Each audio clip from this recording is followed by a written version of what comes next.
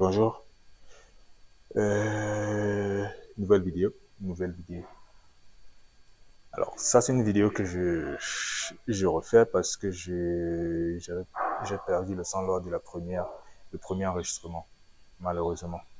Alors, dans cette vidéo, ce qu'on va faire, c'est, on va partir du circuit équivalent d'une machine à induction triphasée.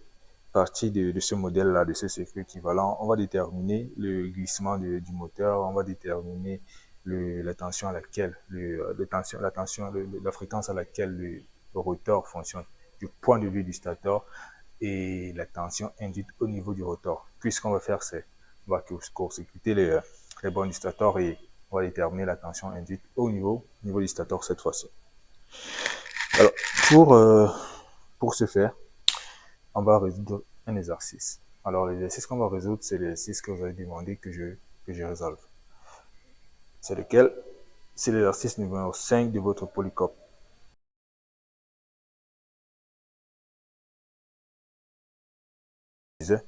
Et je vais rapidement récupérer les données pour qu'on avance rapidement. Alors, j'espère faire cette vidéo comme peut-être je ne l'ai pas dit en moins de 30 minutes. Voyons voir si on va arriver. Alors, données. On sait qu'on dispose d'une machine triphasée avec le rotor, à la fois rotor et stator connecté en étoile. C'est bien ça. Ouais, c'est bien ça. Donc, connecté en étoile avec un rapport de transformation ratio, si vous voulez. Non, je mets tout ça sur un ratio de 1 pour 0,5. Alors, je garde la virgule, le point pour la virgule pour les francophones. Alors, ratio 0,5, c'est-à-dire nombre de tours au niveau du stator et nombre de tours au niveau du rotor. 1 pour 0,5. On va alimenter cette machine avec une alimentation triphasée de 208 volts, 60 Hz. Et cette machine va tourner à une vitesse de 1140 tours par minute. Voilà.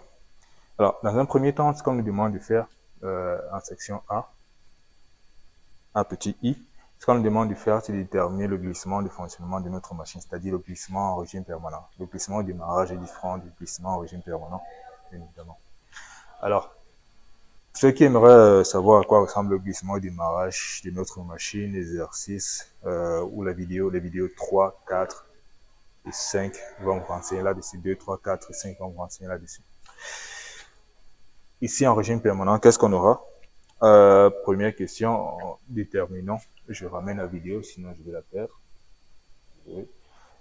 Après les données, plus important. Alors, déterminons c'est visible. Pas vraiment. Je crois que je n'ai pas une bonne ligne d'écriture. Déterminons, je vais faire quand même l'effort de lire le glissement en régime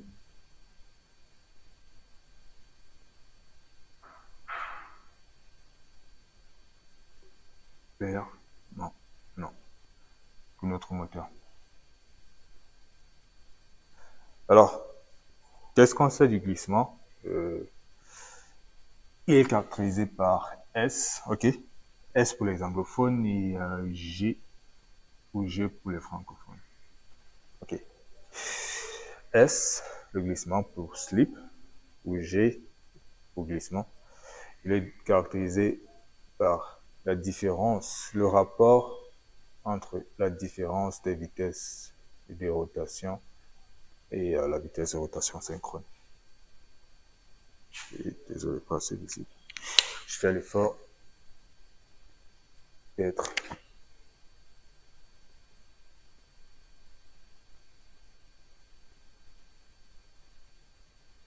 J'espère que là c'est clair. Voilà. Donc S est caractérisé par ça, comme je disais.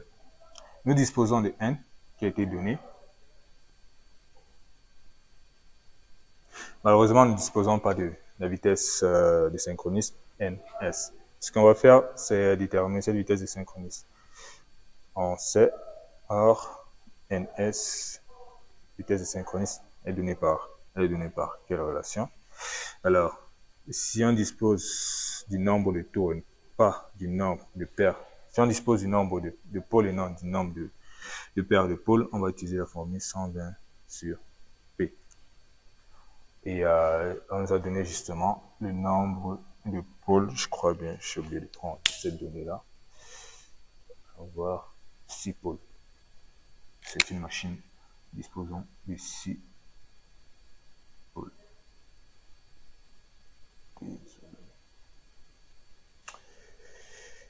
Ok. Alors, il est simple alors de déterminer cette vitesse pour nous. 120 F. Alors, on est sur un réseau de 60 Hz et on a 6 pôles. Ce qui nous donne un résultat de 120 fois 60. Honnêtement, c'est visible, mais faisons quand même le calcul. 1200, je crois que c'est la réponse. Ouais, c'est ça. On a 1200. Alors, on a une rotation de 1200 tours par minute. Alors voilà. La rotation elle est de 1200 par minute, 1200 tours par minute. Alors, on va garder les résultats là, de côté. C'est pas un résultat important pour nous. On va peut-être pas garder celui-ci ou ouais, pourquoi pas. Il est important mais pas majeur.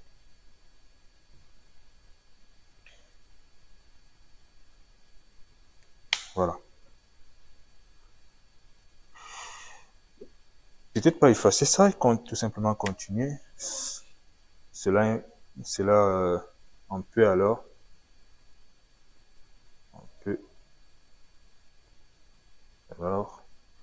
déterminer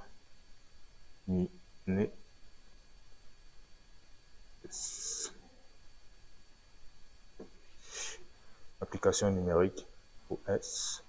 S sera donné par 1200 tours chaque minute moins 1140 sur 1200. Ceci, on a 60 sur 1200.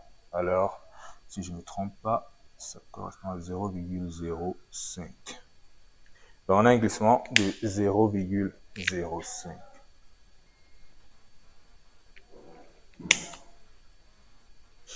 On voit 60 sur 1200, 0,05 effectivement. Et donc, le glissement pour nous est de 0,05. Si vous voulez, 5% de glissement. C'est visible, ouais. Ouais.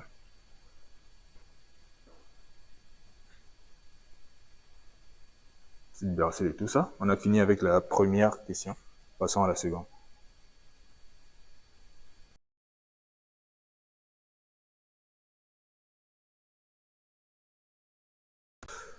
Nous allons déterminer la fréquence de fonctionnement du rotor du point de vue du stator ainsi que la tension induite au niveau du rotor. Ça, c'est la seconde question. Déterminons alors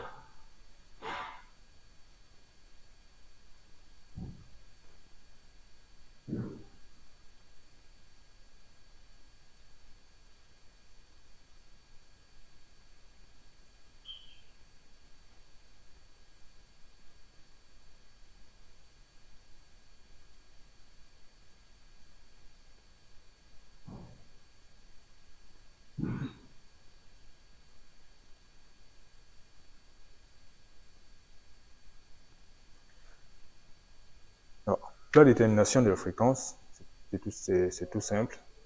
C'est donné par la relation glissement multiplié par la fréquence au niveau du stator. L'autre thème, la fréquence du réseau.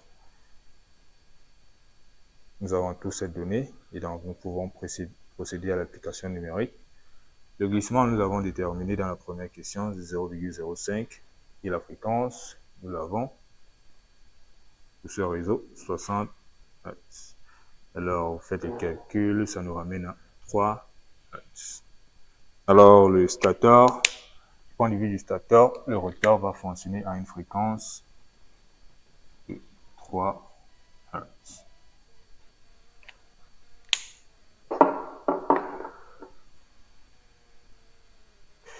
Cela fait, on va déterminer la tension induite au niveau du rotor. Pour ce faire, on va déjà faire ressortir le schéma équivalent de notre machine à induction.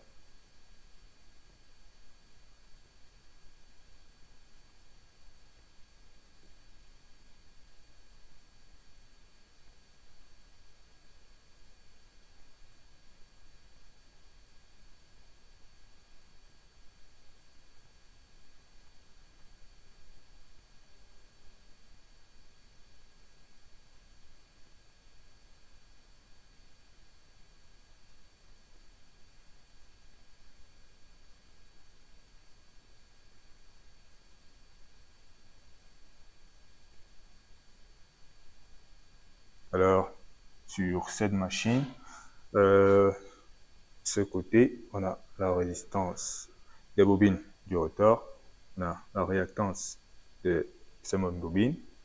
Nous avons ici la résistance de magnétisation et la réactance de magnétisation. À ce niveau, nous avons la réactance des bobines du rotor et de ce côté, la résistance des bobines du rotor qui va varier avec le glissement. À ce niveau, nous avons la tension que nous cherchons. Et donc, nous allons aller déterminer cette tension. Elle est donnée par la relation. Désolé. Alors, elle est donnée par la relation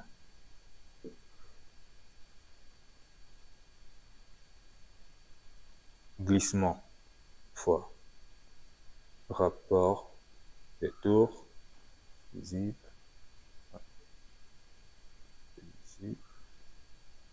solaire par rapport au nombre de tours fois la tension E1. Alors, nous disposons de cette donnée et de cette donnée en quelque sorte. Alors, pour ce qui est de la tension E1, il faut se rappeler qu'on est sur un réseau triphasé et à la fois le rotor et le stator sont alimentés sont couplés en étoile. Et donc, E1, si vous voulez, ce que je suis en train de dire, E1 sera égal à notre tension d'alimentation, V1 sur racine de 3 pour un raccordement en étoile.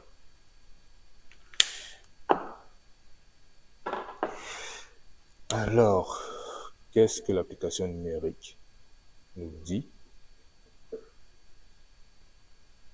Le glissement a une valeur de 0,05.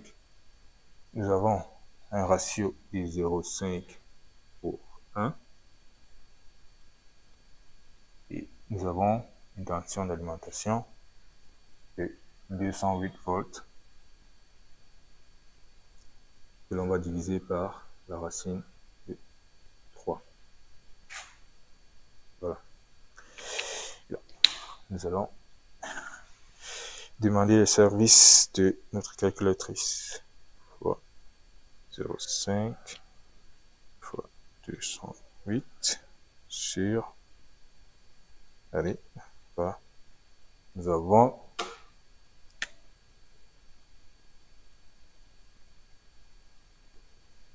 d'environ 3 volts. Et donc, cette tension a une valeur d'environ 3 volts. Super. Alors, ça c'est tout pour la seconde question. Regardons qu'est-ce que la prochaine nous demande de faire. La prochaine question nous demande de déterminer la vitesse de rotation du champ rotorique par rapport à l'arbre du rotor, ainsi que cette même vitesse par rapport au stator, en d'autres termes, la cage de notre moteur. Faisons cela.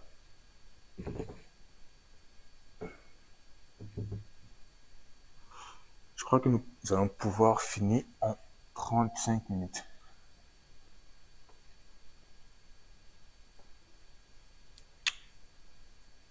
Alors, la vitesse de rotation, que je vais appeler N, du rotor par rapport au rotor, NRR,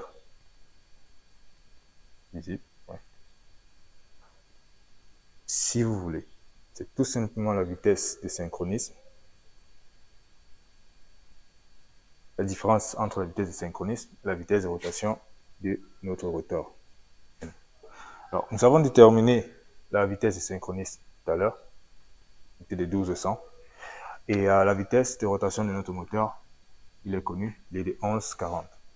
Alors, ce qui nous donne une vitesse relative entre le champ rotorique et l'arbre du moteur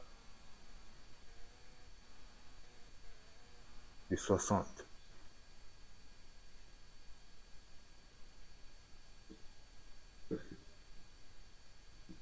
Alors, cette différence correspond à 60 tours par minute.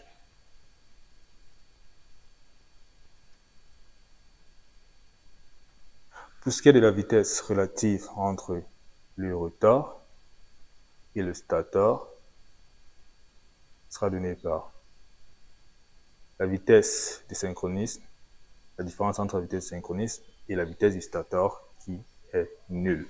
Le stator ne tourne pas. Nous avons 0 tours par minute au niveau du stator. Notre thème,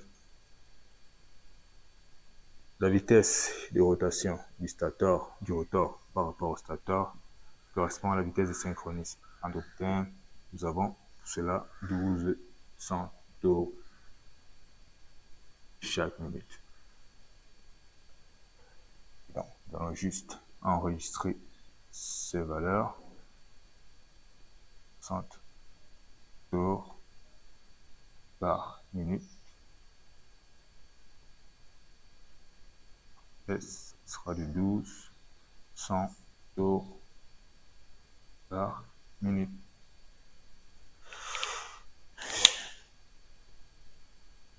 Nous allons terminer avec cela. Alors, comme vous voyez bien, c'est plutôt simple. Plutôt simple. Il suffit juste de bien analyser les données qu'on a sous la main et de se demander quelles sont les formules qui peuvent nous aider ou quelles sont les méthodes qui peuvent nous aider à arriver au résultat. Et bien sûr, n'oubliez pas de bien maîtriser vos circuits électriques.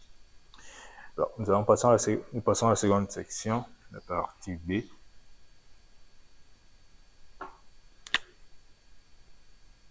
Alors, pour cette partie B, les données vont un peu changer. Ce qu'on va faire en B, on va court-circuiter le stator et on va observer que le moteur, on va observer que le rotor tourne à une vitesse de 1164 tours par minute. Donc, nous allons juste modifier ceci. C'est ce qui change pour nous. Le fait que cette vitesse de rotation change est très importante. Ça veut dire que le glissement il va changer. 164 tours par minute.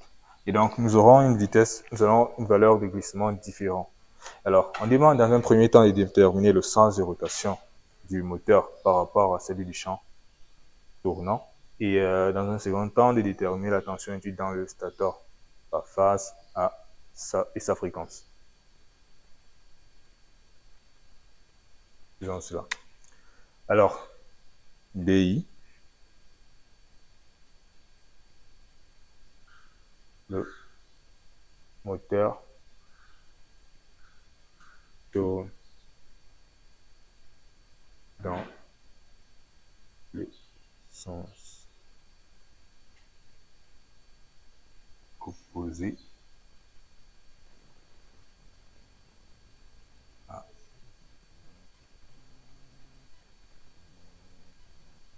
à celui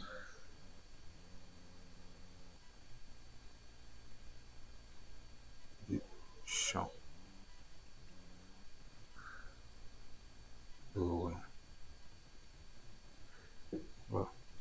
Dans le moteur va tourner dans le sens opposé à celui du champ tournant. C'est tout pour celui-là. V2, 2i. Ici, il s'agira pour nous déterminer à la fois la tension induite au niveau du stator et la fréquence à laquelle le stator fonctionne, cette fois du point de vue du rotor. Alors, pour ce faire, on va commencer par déterminer le glissement. Le glissement, le niveau glissement pour nous, sera donné par la même relation, 1200.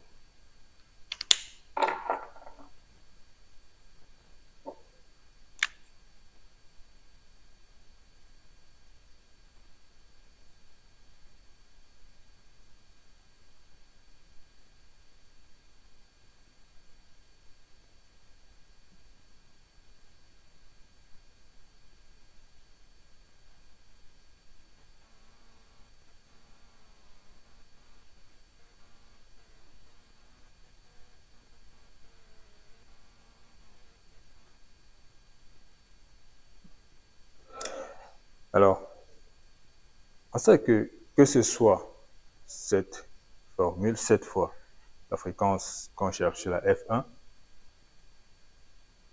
que ce soit cette relation-ci, ou celle-ci,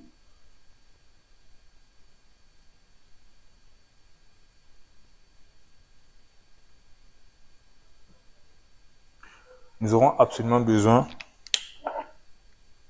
du glissement. Nous avons la fréquence, nous avons la tension et nous avons le rapport de transformation. Alors, la fréquence F de cette fois-ci, vu que c'est le rotor qui est raccordé au réseau, la fréquence F de cette fois-ci est la fréquence du réseau qui est de 60 Hz. La tension reste la même, tension d'alimentation qui sera de 208 volts, vu qu'on est raccordé en étoile, 208 volts divisé par la racine de 3. Alors, nous allons déterminer le glissement parce que nous avons besoin de cette valeur-là. Alors, la nouvelle valeur de glissement,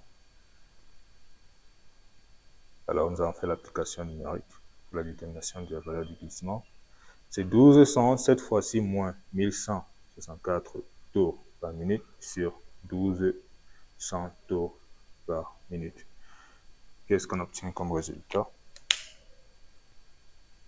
Nous avons 1200 moins 1164 tout sur 1200. Nous avons 3% de glissement. Alors, notre machine à induction fonctionne avec un glissement de 3%. Ceci nous permet de déterminer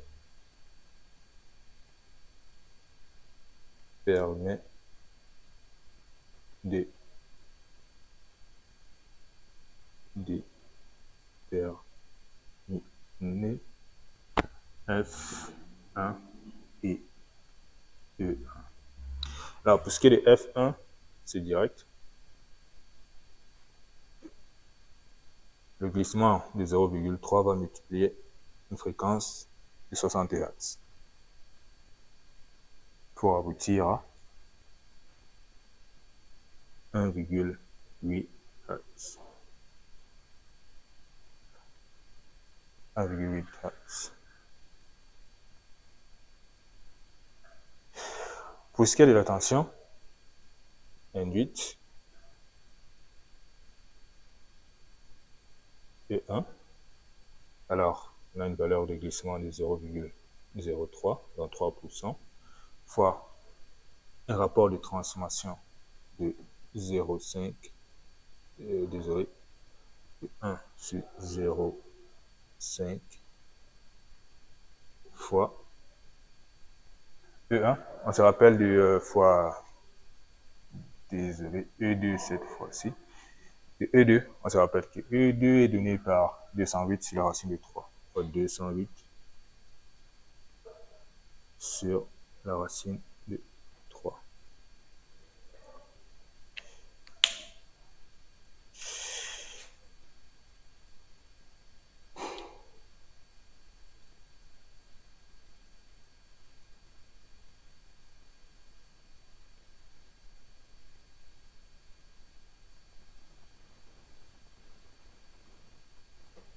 Nous obtenons environ 7,002. 7,2. 7,2 volts. Le micro est toujours en marche. Voilà. 7,21 volts. Et donc voilà, c'était pas très compliqué. Donc nous allons juste marquer nos nouveaux résultats. F1 sera de 1,8 Hz et E1 de 7,21 Hz.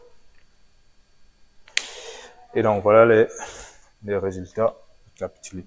Donc pour cet exercice où il était question pour nous déterminer dans un premier temps le glissement de notre machine à induction qui fonctionnait en mode moteur, déterminer la fréquence dans un second temps, déterminer la fréquence de fonctionnement du rotor du point de vue du stator et la tension induite au niveau de ce rotor. Et par la suite, de déterminer la vitesse relative entre la vitesse de rotation du champ rotorique par rapport à l'arbre du moteur, et donc par rapport au rotor, et la vitesse relative de ce même champ rotorique par rapport entre ce champ rotorique et, et le stator, en d'autres termes la cage de notre moteur, et enfin de déterminer les fréquences de fonctionnement du stator et tension induite du stator. Nous avons vu en fait que il est important et primordial pour nous de maîtriser les circuits électriques de notre machine pour pouvoir le faire. À la fin, ce que nous avons pu trouver, c'est ces valeurs-là. Et nous avons vu qu'en fonction de la vitesse de rotation de notre rotor, nous avons une valeur de glissement différente. Et c'est pour ça que je dis à l'entame de ceci que la vitesse de rotation, ou plutôt le glissement de notre moteur au démarrage du moteur, sera différent de sa valeur en régime permanent. Si vous voulez, nous avons une valeur de glissement d'unité lorsque le moteur démarre. Pourquoi? Parce que le rotor, ou la vitesse de rotation du rotor, est nulle.